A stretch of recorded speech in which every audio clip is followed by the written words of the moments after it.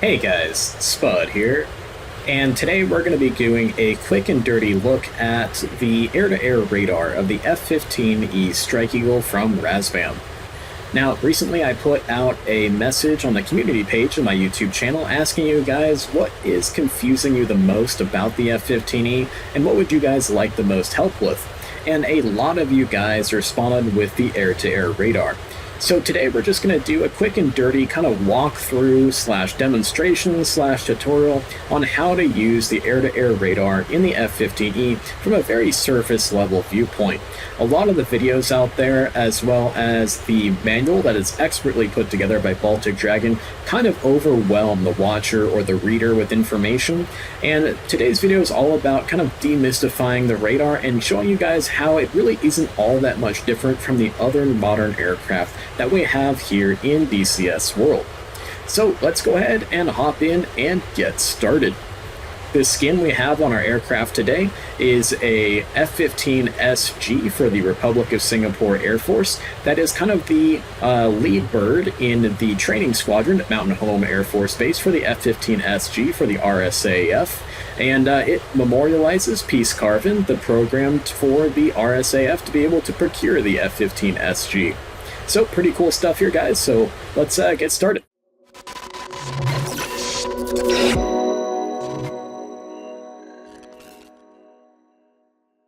Alright guys, let's go ahead and hop right on into our quick and dirty discussion about the air-to-air radar in the F-15E.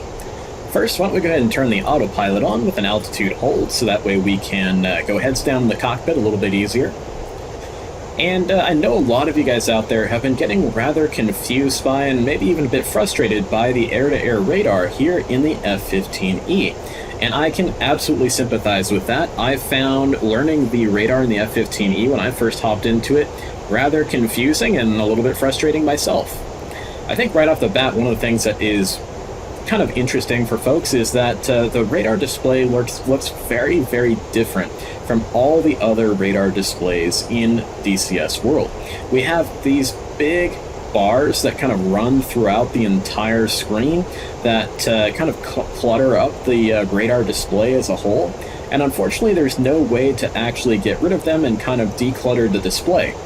But keep in mind that these are range markers, so with a display setting of 80 nautical miles, we've got 20 nautical miles, 40 nautical miles, 60, and up to 80 at the top. Then we've got 0 degrees off of center line, 30 to the right, 60 to the right, 30 to the left, 60 to the left, and then of course we need to take command of the display by going castle switch long left towards our left MPD. We know that we have command of the display when we have the little vertical strikes on the bottom edge of our screen bezel there. And of course, at this point, it works very, very similarly to the way the radar in the FA-18, F-16, JF-17, any other of the modern jets in DCS world. We have the bezel buttons around where we can adjust various settings of the radar itself. We can see the scan volume underneath our radar cursor. We're scanning between 36,000 feet and 4,000 feet at 40 nautical miles, right in the center of our screen there. We've got a couple of radar contacts out here. The little bricks are aircraft where the azimuth of the jet is, they are flanking away from us, so they're going to be heading this direction or this direction. Whereas little arrows pointing towards us are aircraft that are hot towards us, and we can see we have another more or less flanking aircraft out here.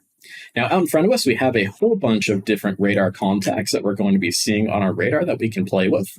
Everyone's just orbiting, not set to shoot at each other, all at different altitudes and different airspeeds for us to play with today. And of course, practice our IFFing skills. And so at this point, things work exactly like they do in your previous aircraft. We can adjust our bar setting on the left-hand side here. We've got our frame store, how many frames the radar contacts are actually stored for. I typically put that to 2. And we can change our PRF mode. I like to go for interleave, so that way we can see as many radar contacts as possible, notwithstanding their azimuth, closure rate, speeds, aspects, all that good stuff. And of course, down below, we can see we are scanning 120 degrees, a full azimuth scan. And unlike the radars in the other modern jets in DCS, your F-16s, your F-18s, there is no bezel button around here to actually adjust the azimuth scan of our radar. So we have to do what's called an azimuth bump, where we take our radar cursor and we bump it to the side of the screen, and that'll swap us between different options available to us in terms of our azimuth scan. So if we just head off over here and bump it in, we're now scanning 60 degrees of azimuth scan. So 30 degrees left and 30 degrees to the right. Of course, these guys on our radar are going to fall off because they're no longer inside our azimuth scan. And the AWACS jet that was off here to our right has also fallen off our radar as a result of no longer being in the azimuth scan. Now, to IFF a contact, all we need to do is hit the coolie switch left long, and that will initiate an IFF interrogation of aircraft that are alongside the azimuth scan of our radar. So we can see circles are good guys, circles are good guys, and bricks and arrows are bad guys, or unknown at this point. So that's something to keep in mind. Don't shoot the circles, only shoot the bricks or the little arrows. And a lot of folks at this point are thinking, well, I understand all this is all pretty more or less clear, but how do I get into Twiz mode? In the F-16 or the F-18 or the JF-17, it's super easy. There's just a button up here. I click that button, and now we're in track while scan mode. Well, the F-15E has a different method of getting into track while scan mode. It's a little bit annoying at first, but once you kind of get the hang of it, it's really not that big of a deal, and it's just part of learning the F-15E and its different peculiarities, I suppose. So what we need to do is we need to actually hit TDC depress to get the jet into what's called a raster scan, where it scans very quickly through a very small piece of airspace underneath our radar cursor, making an attempt to lock on and get an STT lock on a radar contact. However, instead of letting it get to a hard lock, we're going to hit auto acquisition switch aft to go to 2-bar Twiz mode, or you can hit auto acquisition switch forward to go to 3-bar Twiz mode. Now, those two Twiz modes have more complicated names to them, but I'm keeping it nice and simple, nice and surface level for you guys, so that way you can just get up and running in your favorite new jet. So to kind of demonstrate this, we're going to keep our TDC in a nice piece of open airspace here. We're going to initiate the raster scan by going TDC depress, auto acquisition switch aft, and you can see we are now in 2 Twiz H. So I like to just call this 2-bar Twiz mode because that's essentially what it is. We're scanning with 2 bars of elevation on our scan volume, and we're scanning at 60 degrees of azimuth scan. Now, in order to get to different options when it comes to your Twiz search volume, you do an azimuth bump off to the left or the right-hand side of your screen, and you can now see we're in 4 Twiz H, or 4-bar Twiz, as I like to call it. So at this point, you might be thinking, well, Spud, I have so much more granular control over my radar in Twiz mode in the F-16 or the F-18 or the JF-17. I can pick exactly which combinations of azimuth scan and bar scan in order to get my best combination for the situation that I'm in. Well, I would counter that with a, can you? And the answer would be no, you can't. Essentially, you are pretty much limited in the F-16 and the F-18 to these 2 options that we have available to us in the F-15. However, these are hard-coded in. If you recall flying the F-16 and the F-18, as you increase your bars in Twiz mode, your azimuth scan is squeezed in tighter and tighter and tighter. As you decrease your azimuth or your bar scan, you can expand the azimuth scan back out. So instead of having a bezel buttons, we actually scroll through those options, and they're automatically set as a result of squeezing in the azimuth scan or squeezing out the azimuth scan. You just simply have a couple of hard-coded options that you just swap to right away using your auto acquisition switch or your azimuth bump on the sides of your screen. Pretty simple, pretty easy, right, guys? So We also have a third option where we can go auto acquisition switch forward and go to 3 HDT. Essentially, think of this as a 3-bar azimuth, or a 3-bar scan with a 30-degree azimuth once again. Now, this is a high data track mode where it does give you a better data scan and higher data on the actual track files themselves. But for the most part, for all of you guys, it's going to be just more or less a another option to get another set of a 3-bar scan, a 4-bar scan, and a 2-bar scan. Now to get back to 2TWIS-H, just pop it over to an azimuth bump, and we're back to 2TWIS-H, which I think that most folks, 99% of the time, are going to be either using 2TWIS-H or 4TWIS-H here. Now, another thing to keep in mind here that's a bit different when it comes to our display here in the F-15 is when we're in one of the TWIS modes, doesn't matter, it's 4TWIS-H, 2TWIS-H, 3 HDT, narrow scan mode, which is another scan mode that you can get into. You no longer have the elevation of the scan volume next to your radar cursor. These move over here to our little bubbles, which are kind of like our graphical representation of our scan volume. And of course, we can see those expand and contract as we get further out or closer into the nose of our aircraft, just like they would in any other aircraft. So another thing to keep in mind here is there are no bezel buttons for changing our display settings. So we're at 80 nautical miles. If we want to increase our display range, we would have to do a bump to the top of the screen, they go out to 160, or a bump to the bottom of the screen, back to 80, or a bump to the bottom of the screen down to 40, and so on and so forth through all of the different display range settings. Just like TWIS mode in any other aircraft in DCS world, we have our actual radar contacts with their altitudes displayed next to them. And so that's important, so that way we can adjust our radar elevation to keep as many of these contacts in our scan volume as possible. If you have a contact that has fallen outside of either your elevation scan volume or your azimuth scan volume, that contact will start to flash before it goes away, so that way you can either adjust your scan volume to get them back inside of it to keep gathering more data on those contacts, or it'll just show you that they're going to drop off your scan volume.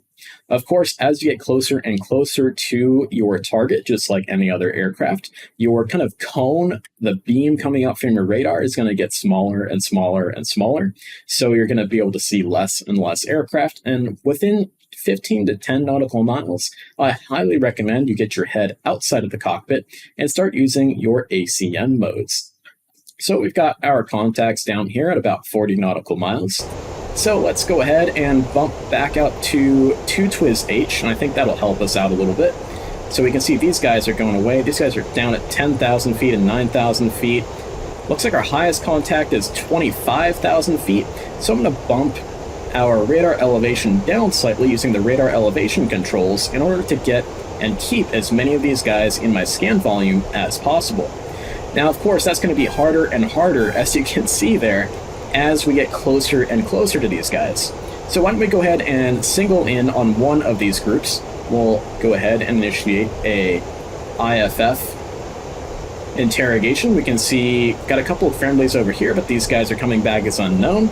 We'll double check our F10 map, and yep, these guys right here at 20,000 feet are in fact MiG-29s. So why don't we go ahead and go after these guys. Just like in any of the other modern aircraft in DCS, TDC, move your radar cursor over the top of a contact, TDC depress, put a little star on top of him, letting you know that that is your currently selected target.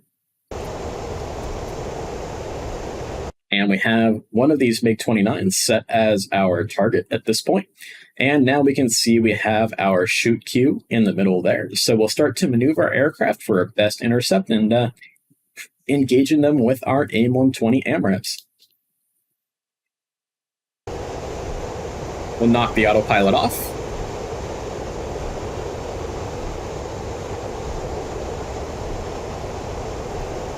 Master arm on.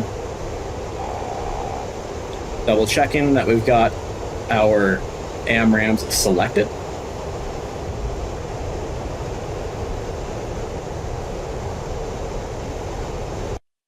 We can see our countdown timer to when the missile will go active, the range to the target on the HUD as well, closure rate to the target, as well as a range indicator as well over here. We can see that our target point is right here, 698 knots of closure, just under about 30 nautical miles or so, where the jet is saying that that would be a valid shot. We've got our shoot lights are lit up here, letting us know that we can take a shot at them.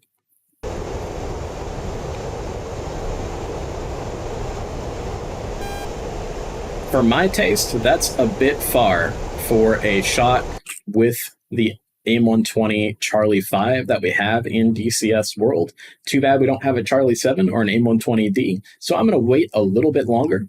Something also that's interesting to note here is in the raw database of our F-15E, SB is in fact a MiG-29 or Su-27. And another funny one here, KL, those are in fact the JF-17s that we passed on our way up here towards these bad guy flights. So we'll go ahead and keep on going here.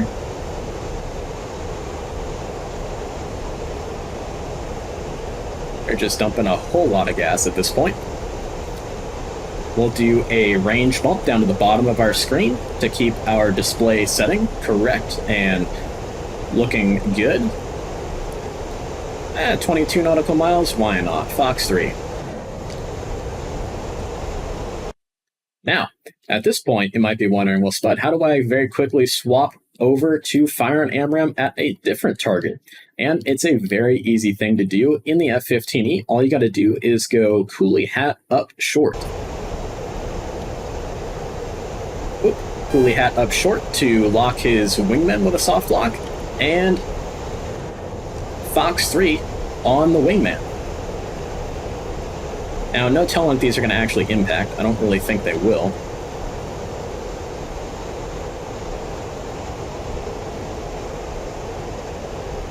As we get closer here, we're going to be ready to swap over to dogfight modes.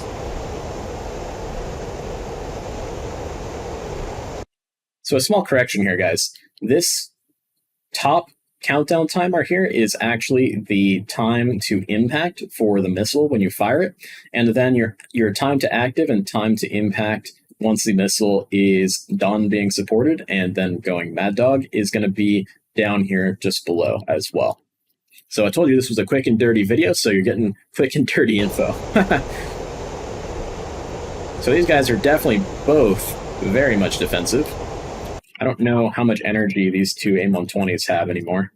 Yeah, 700 and 900.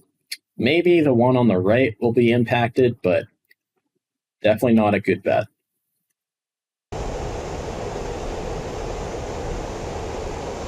So as we chase these guys down,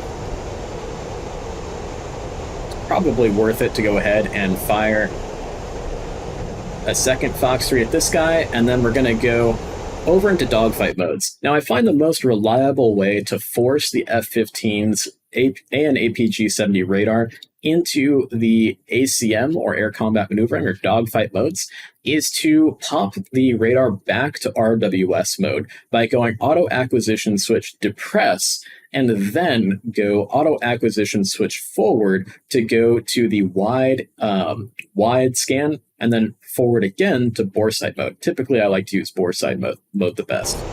So we'll go auto acquisition switch depress, auto ac forward again to bore sight, and we'll come after this guy on the right hand side. And of course, because he's a MiG-29, that he is fast as crap, so I don't know if we'll be able to catch him. Let's see, is that... Oh, looks like this one's gonna get him. And... Oop! Got one of them.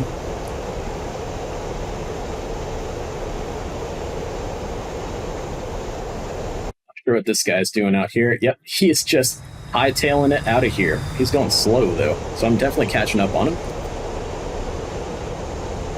Box 3 again.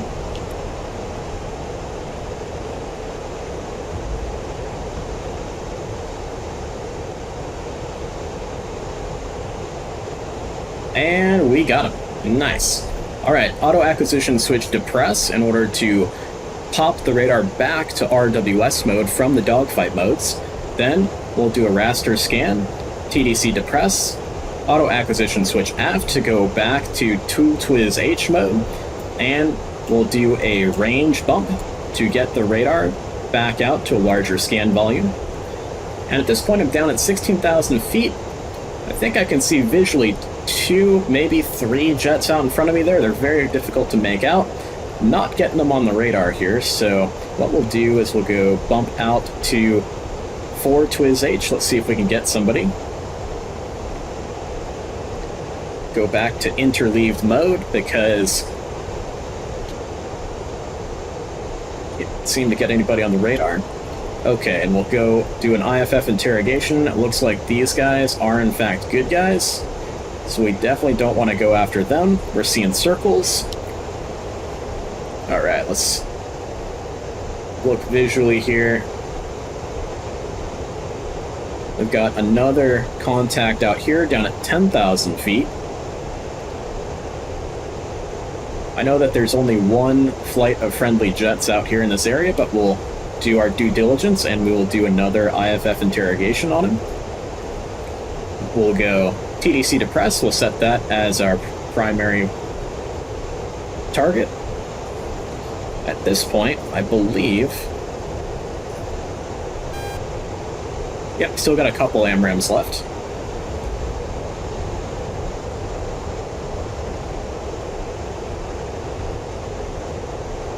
And then looks like we got guys way the heck up there at 290 and 300. These guys are down at 10,000. So to keep that bar scan volume up there, let's go ahead and knock... we can't. So we'll go boat switch aft in order to unlock these guys. Back to 2TWIS H. Back to 4TWIS H. We'll bump the scan volume up a little bit, so that way we can keep our guys up there at 300 and our guys down here at 100 with us on our radar scan volume. But we're running out of space there, so we'll just go ahead and lock these guys up. And now we can see visually the guys up there contrailing, and of course the guys that are down here with us. So knowing from the radar picture that we had before, these are 2 MiG-29s here, these are 2 friendly F-16s we need to watch out for, and 2 more MiG-29s up here. And it looks like we just lost these guys on radar. There they are. Lock them back up. And of course, guys, air-to-air radar is not an exact science. It is going to mess up on you, and it's totally expected for the radar to have issues, for things to go wrong on you. And it's all about how you can adjust and troubleshoot on the fly and get a new track on guys reestablished, so that way you can get your missiles off on them. And usually, just remember, the guy who fires first is usually the one who wins. And air-to-air missiles are not one-shot, one-kill kind of deals. So as you saw earlier, I actually shot at some guys when I knew those AIM-120s weren't going to impact. But I shot at them anyway to get them to go defensive, so that way I could close the distance and then hopefully engage them easier with follow-on AMRAAM shots. There's splash 1, splash 2. Alright.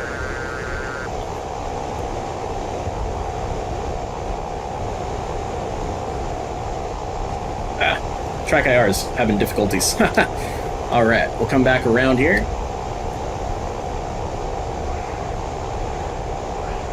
And for the sake of it, we'll go ahead and show you guys using a dogfight mode to engage some guys with Sidewinders.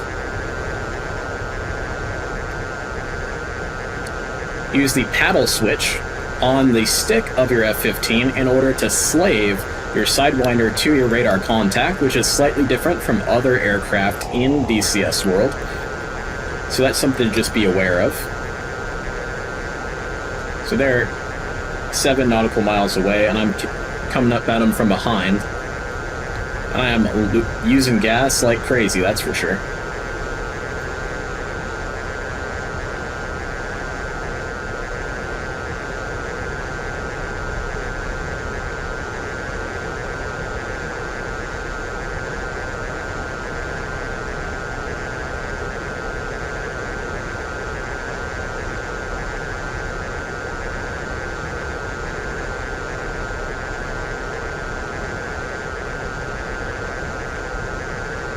Still closing the gap. 3 nautical miles, and Fox 2.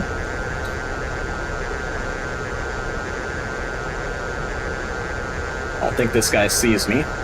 So not even any flares. Back to dogfight modes. Slave our Sidewinder to the MiG. And Fox 2 again. Boom. And there we go, guys.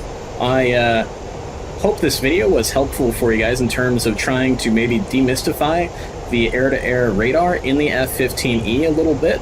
I know that this wasn't a true combat scenario. I wasn't being shot at or anything like that. But hopefully this kind of gives you an idea of the symbology you're looking for, the switchology you need to use, the HOTAS controls you need to use, and kind of give you a little bit more confidence that the air-to-air radar in the F-15E is not as overly complex and overly difficult to use as maybe your first impression was.